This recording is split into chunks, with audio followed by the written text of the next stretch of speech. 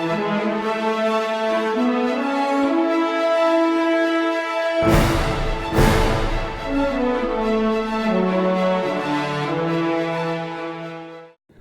1876, Congressman James A. Garfield bought a farm in Mentor, Ohio, which included a 9-room, 1.5-story farmhouse.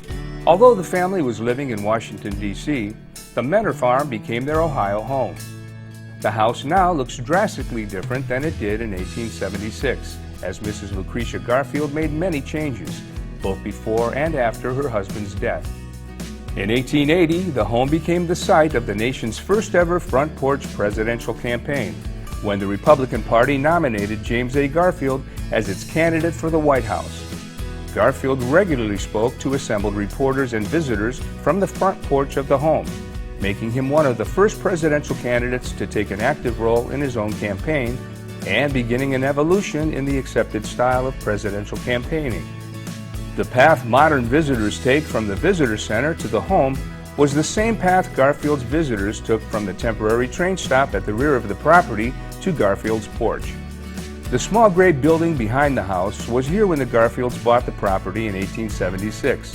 This building was likely built as a bunkhouse for farm workers by a previous owner, though Garfield used it as a library and office. In 1880, it became the campaign's headquarters. A telegraph was installed to allow Garfield to stay connected to campaign workers and news from all over the country. As we enter the home, we come into the entrance hallway. This is where Lucretia Garfield greeted many of the visitors who came to speak with her husband during the 1880 campaign. James A. Garfield National Historic Site is fortunate to have about 80% of the Garfield's original furnishings, including photographs, engravings, paintings, and furniture.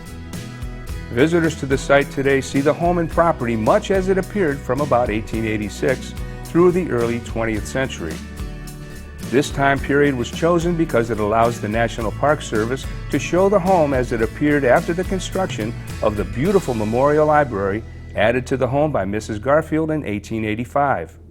Most of the outbuildings on the property, including the distinctive windmill and the building now used as the Visitor Center, were also added after President Garfield's death in 1881. During the 1880 campaign, Mrs. Garfield was very busy. Not only was she a mother trying to run her household, she also had to greet and entertain the many visitors coming to the house to meet her husband.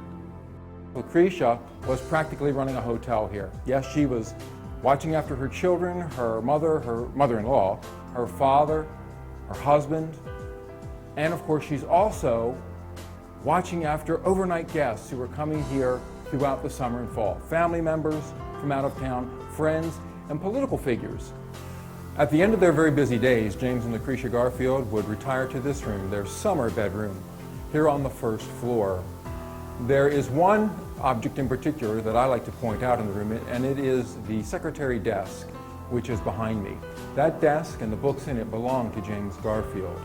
One of the objects in the room that many people will comment about is the bed. And for many people, it looks short. It's an optical illusion, I think, when we look at this bed, because the pillows upon which he and Lucretia would have rested their heads are rather forward.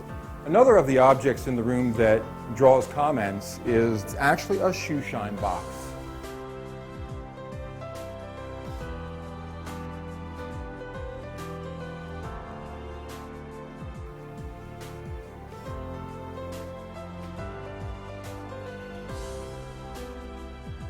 I'd like to welcome you into what became the reception hall in 1886. Now, as you look at this room today and imagine it in 1886, you see this beautiful room with its white oak paneling trim, its 1886 wallpaper pattern and ceiling pattern, its gaslight, which was electrified in the 1940s, and all of this just beautiful artwork and furniture in the room. But in 1880, when James Garfield was campaigning for president, this room looked very differently and it functioned very differently. So I'd like to walk about the room and give you some sense of how it was at that time. I'll give you a bit of a verbal description, a verbal picture of the room. There was a door here, there was some wall space, to my left, and then there was another door where the painting is today. And you entered this door, you walked down an L-shaped passageway past a single door leading into the parlor. Then you'd turn the corner past Grandma's room, and you'd come to another single door leading into the dining room.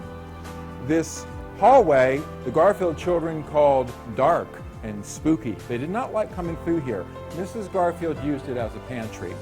The second door led into the kitchen. There was no beautiful fireplace here. There was a big black cast iron stove on which the food was cooked. But you can imagine that this kitchen, wrapped by that hallway, was very close, warm, dark, and not at all appealing. Mrs. Garfield decided to remove the kitchen and pantry from this part of the house and place them under the new wing in 1885. And this room got a real makeover. One of the really interesting things about the development of this room and the house in 1885-86 was Mrs. Garfield's desire to update it technologically, to make it a very, very comfortable home for herself and her children. In 1883, natural gas was discovered on the property. A gas holder was built on the property to contain the gas. And then in 1885-86, as the library wing was being built, the entire structure was fitted and retrofitted for gas lighting and gas heating. So we see this beautiful chandelier and all these brass chandeliers that you'll be seeing throughout the house at this point. They're all installed at that time. Today you pass by the windmill on your way to the parking lot, and that windmill contained a well and a 600-gallon water tank. I'm standing in the parlor of the Garfield home. This was the room in which the family would often gather in the evenings after dinner, perhaps, do any number of things in here. They would read, they would listen to Molly Garfield play her piano over here in the corner. This really was sort of the equivalent of a modern-day family room. During the presidential campaign of 1880, this was also a room in which James Garfield spent a lot of time having meetings.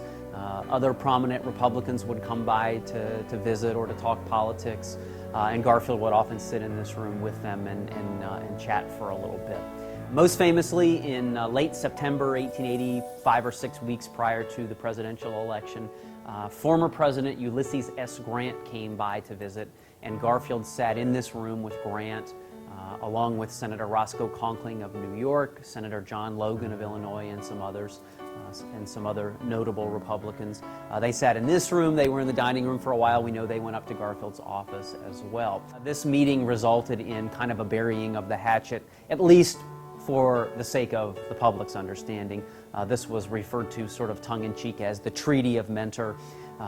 Grant and Conkling did give a few speeches supporting Garfield after that. Not many, but a few. And of course, Garfield went on to win the election in November of 1880. During the 1880 campaign, the Fisk Jubilee Singers performed for General Garfield, his family, and friends in this parlor. I think it gives us some sense of the times in which James Garfield lived and his position on a very important issue in American cultural history, and that is race relations. There are two objects in the room that we like to talk about here. The first one is the piano. The piano was a 13th birthday present to his daughter. There's another object in the room that we like to point out to everyone, and it's the portrait of James Garfield's mother. And she was Eliza Garfield. She lived here in the Mentor home with her son and his family. She lived in the home in Hiram. She also lived in that Washington home when the family was in Washington while Congress was in session. And Eliza was the first mother of a president to live in the White House.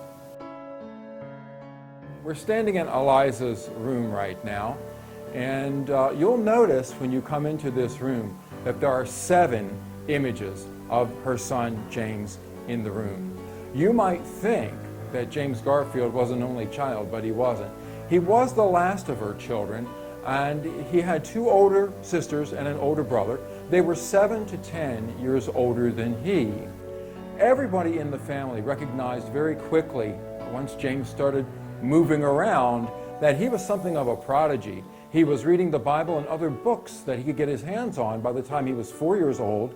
And according to many people who knew him when he was a small boy, he had a prodigious memory. He could recall all kinds of things that he had read, and he really impressed a lot of the people in his community at that time.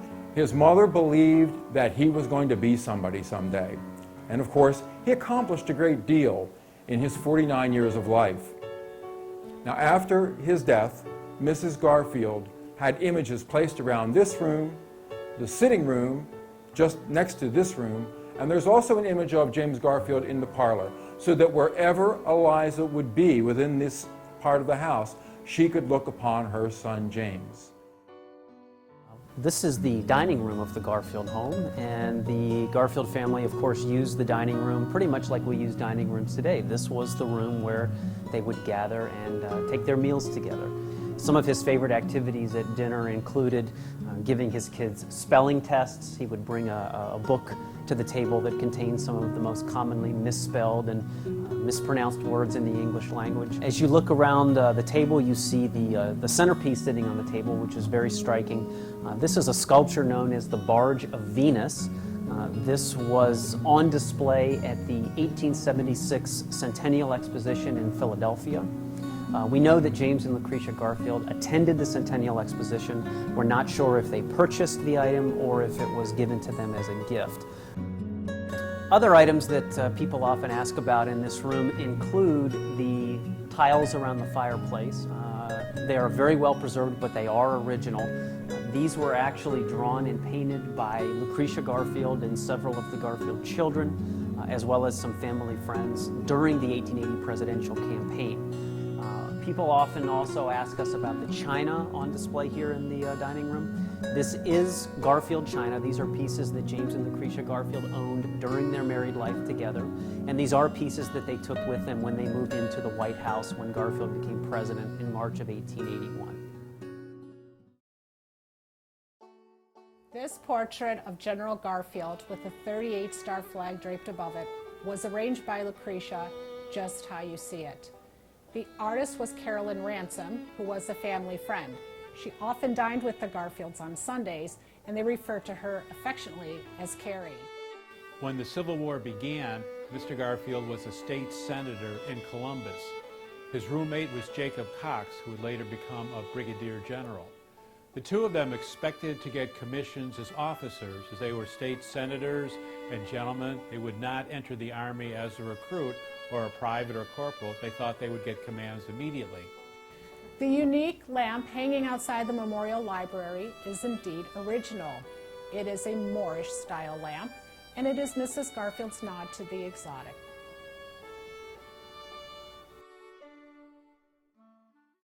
The Memorial Library was added to the home by Mrs. Garfield after her husband's death in 1881. The addition to the home began in 1885 and took 1 year to complete. Some of the furnishings in the library include many of President Garfield's favorite books, memorials sent to the family after his death, and portraits of literary figures, some of whom were friends of the president. While this room was built as a memorial to the president, the family also gathered and entertained in the library. The portrait of Garfield in the ebony frame was a memorial piece made by an Italian artist. It arrived here at Lawnfield in the velvet case sitting next to it on the shelf, along with the letter of condolence to the widow. The portrait of Garfield and the floral wreaths surrounding that portrait are all made up of different colored semi-precious stone. Downstairs in the parlor, you saw the piano that belonged to Molly Garfield, the president's 13-year-old daughter. This piano belonged to Harry Garfield, his oldest son. Next to me on the table is a sample of Mrs. Garfield's stationery she used after the death of her husband. You'll notice the stationery has black borders around it. That was to let everybody know Mrs. Garfield was in mourning for the remaining 37 years of her life. Sometimes folks will ask us the question, how do you know that's the only type of stationery she would use? Well, just about a year ago, we got a package in the mail addressed to us. We opened it up, and it was from distant relatives of the Garfield family. Inside there was a note and a smaller envelope that said, We're enclosing a letter written by Mrs. Garfield to our great-great-uncle in 1911. We opened up the envelope, and the stationery there was the exact same as you see right next to me here on her writing table. This is the Wooten desk made for James Garfield by William Wooten of the Wooten Desk Company. He wanted to be known as the desk maker to the presidents, so he crafted one of these desks for President Grant, President Hayes, and President Garfield. We're not entirely certain whether Garfield got to ever see the desk or use the desk. It may have been presented to Lucretia after the president died. One indication we have that it was given to the family after the president's death is this cipher that's in the middle. A cipher is basically a person's initials piled decoratively on top of each other. So you can see this is J, A, G, and it's in the middle of a black diamond, and the black in the diamond indicates that perhaps at this point it was a memorial piece rather than a presentation piece to James Garfield. It has 100 little cubby holes and compartments. This is a writing surface that pulls down. These doors close and lock, and it's on wheels, so if you wanted to move it around, it is portable, but I would not recommend it because it's rather heavy. Here behind me is a portrait of Henry Wadsworth Longfellow, one of the great American poets of the 19th century. After President Garfield died in September of 1881, Mrs. Garfield received a volume of poems in the mail. She opened up the inside cover, and inside there was an inscription which read, "My dear Mrs. Garfield, please accept my sincere condolences on the loss of your husband. Sincerely, Henry Wadsworth Longfellow." Mrs. Garfield kept the volume of poems, and when this room was built, the volume went up on the shelves where it still remains today. The desk here is a congressional desk. It was not Garfield's, but it was one that would have been in the House of Representatives when he served. Apparently, Congress remodeled at some point and offered the desks up for sale, and Garfield purchased this one. Today, congressmen have offices and lots of resources at their fingertips. Back in the 1860s and 70s, during Garfield's congressional career, he had his desk.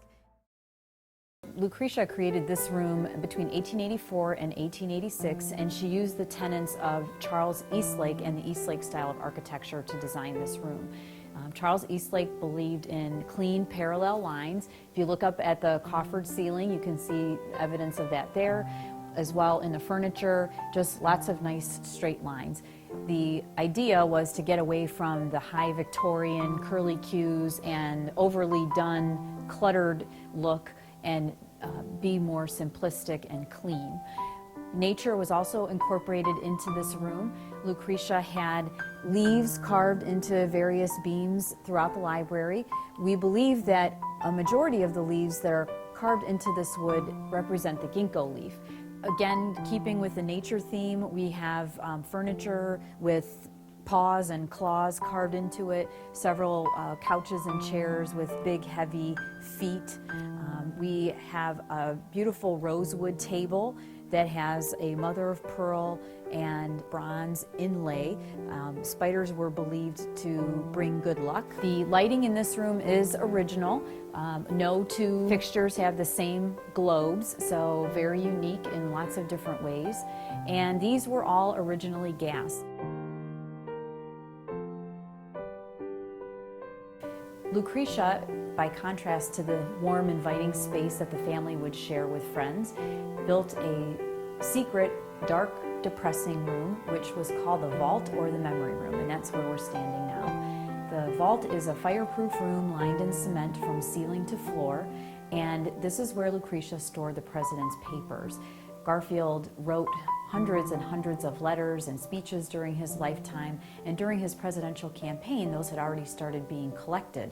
So Lucretia continued the work and stored the papers in this room on the shelves behind me. They were contained in this room until the 1940s when they were sent to the Library of Congress. This room was also used as an area to collect mementos from Garfield's funeral. Garfield's catafalque was constructed on Public Square across from what is today Tower City, and 100,000 plus people passed by his casket over the few days it was on display in September of 1881. There are some items from that funeral on display here. The largest is the wreath up on the top left-hand shelf behind me. That was sent to the family by Queen Victoria on behalf of the English people.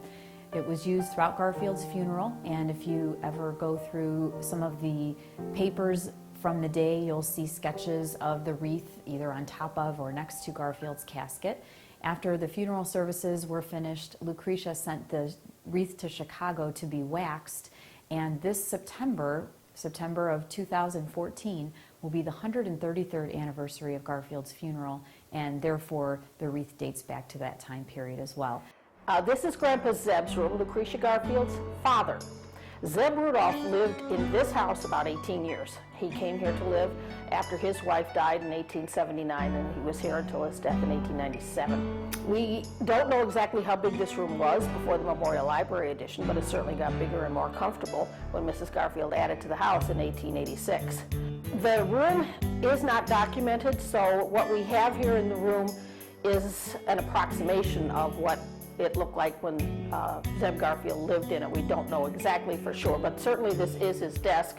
And we have a lot of books in this room, mostly on religion and philosophy, and very interesting. The rug in this room is one of the 2 rugs that we have in the house that is original to the house. So it is really important to us, and we take very extraordinary care of it. I'm standing outside the hall of Zeb Rudolph's bedroom, and I'd like to tell you about some of the art that is hanging on the walls here. Behind me are 3 pencil drawings that were done by the family. They didn't always sign their works, so we are uncertain of who drew these 2 sketches. Possibly one of the children, possibly Lucretia Garfield herself.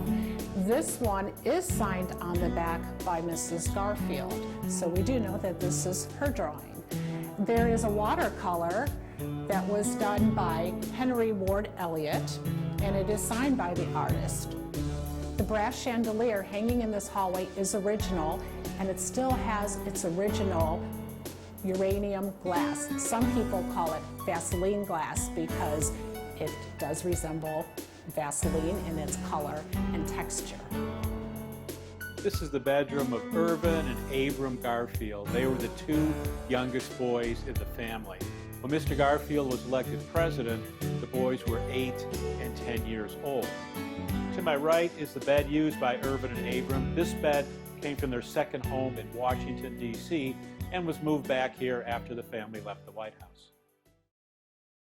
This is the winter bedroom. This is the room that James and Lucretia Garfield shared as a bedroom. During the colder months of the year, it's always a little bit warmer upstairs. Of course, heat rises, so we have the summer bedroom downstairs. We have the winter bedroom here on the upper level of the home.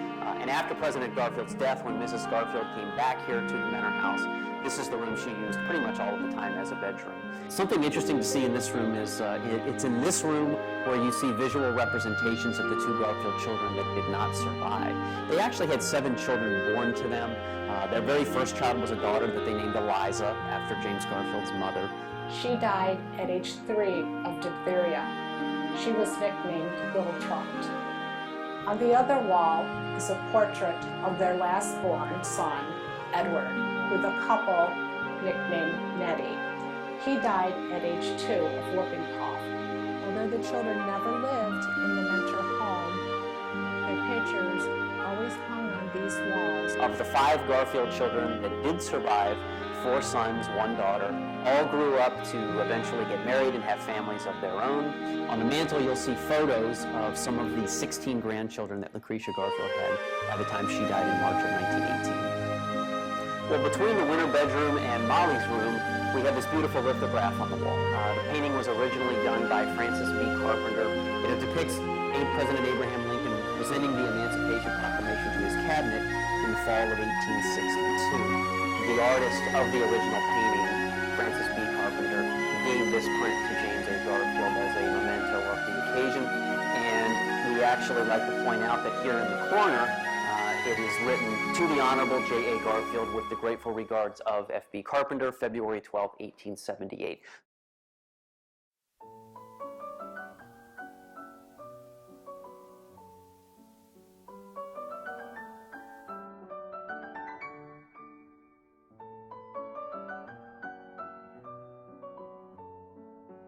On Molly's dresser are some of her personal effects, including a hairbrush, a hair comb, and a case for her calling cards.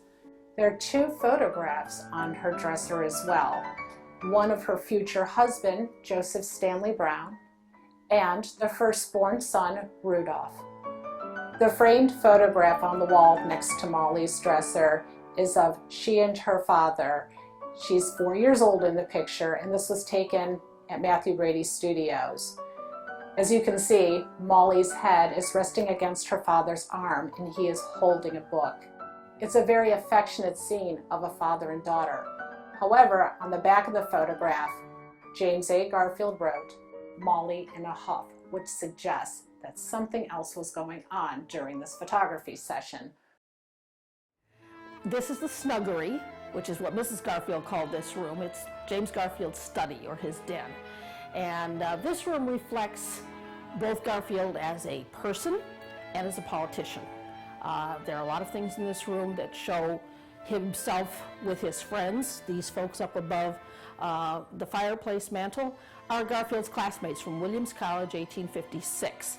And these gentlemen all came to Washington for his inauguration, which is when these pictures were taken. So these were personal friends of his from a long time in his past. Also had a neighbor up here, Dr. Robeson, who's right above the desk there, and a few other pictures of friends around the room.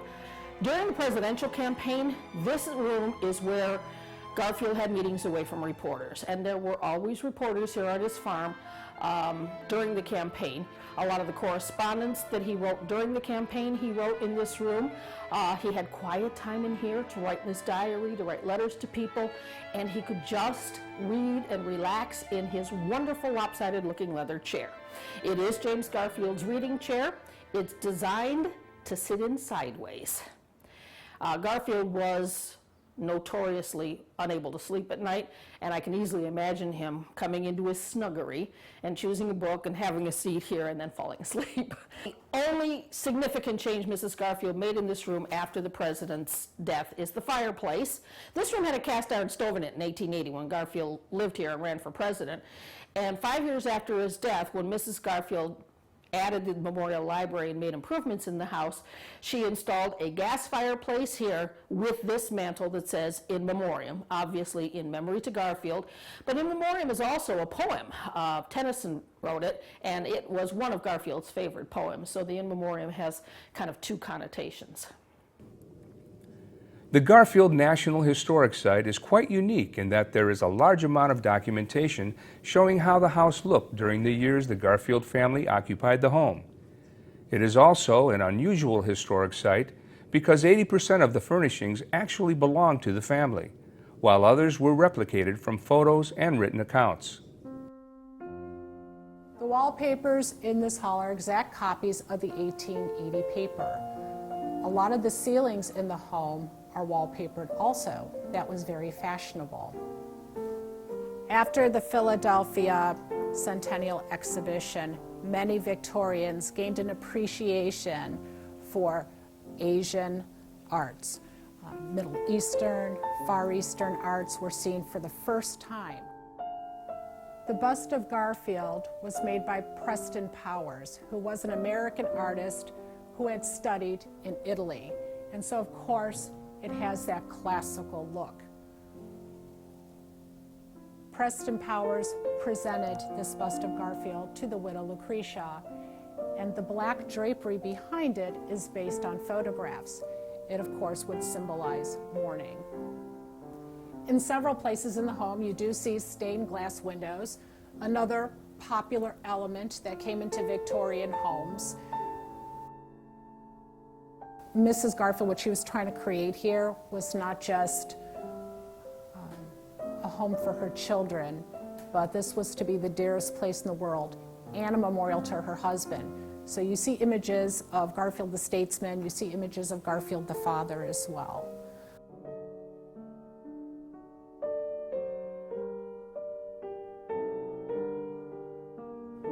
Renovations to the home are expected to be completed in March 2015. Please come back and visit again.